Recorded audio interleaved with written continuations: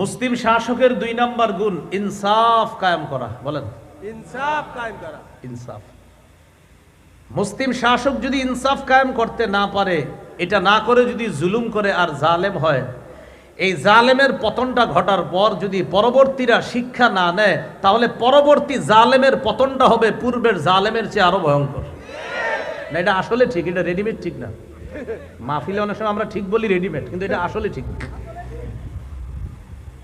তাহলে একটা সুন্দর বাংলা বলি, বলেন, পতিত পতিত স্বৈরাচার স্বৈরাচার জালেম জালেম থেকে থেকে যদি যদি পরবর্তীরা শিক্ষা না নেয়, পরবর্তীরা শিক্ষা না নেয়, উল্টা উল্টা যদি পরবর্তীরা জালেম হয়, পরবর্তীরা জালেম হয়, তাহলে তাহলে পতিত জালেমের চাইতে পতিত জালেমের থেকে পরবর্তী জালেমের পরিণতি পরবর্তী জালেমের পরিণতি আরো ভয়ঙ্কর হবে। আরো ভয়ঙ্কর হবে। কারণ ভয়ঙ্কর। বলেন, কারণ আল্লাহ সব দেখে, আল্লাহ সব দেখে। খুব সাবধান।